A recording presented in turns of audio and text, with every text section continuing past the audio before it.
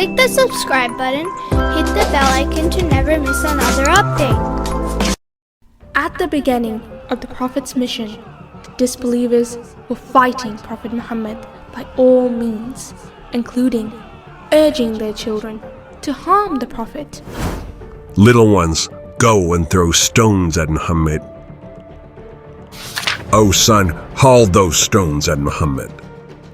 But he's a good man and always treats us nicely.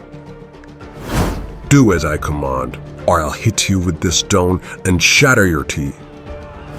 Throw stones at him! Throw it! Throw stones at this magician. Hit him hard. This is the reward for those who disbelieve in our gods. Ali, he said he ibn Abi Talib. Run! Ali bin Abi Talib has come.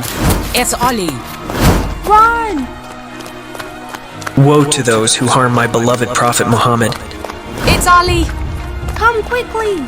If you dare hurt the messenger of God again, I will not spare you. Who pinched your ear? It was any of Nabi Talib. Isn't it enough for Abu Talib to support his nephew by every means necessary? This time he sends his son Ali to protect him from our children.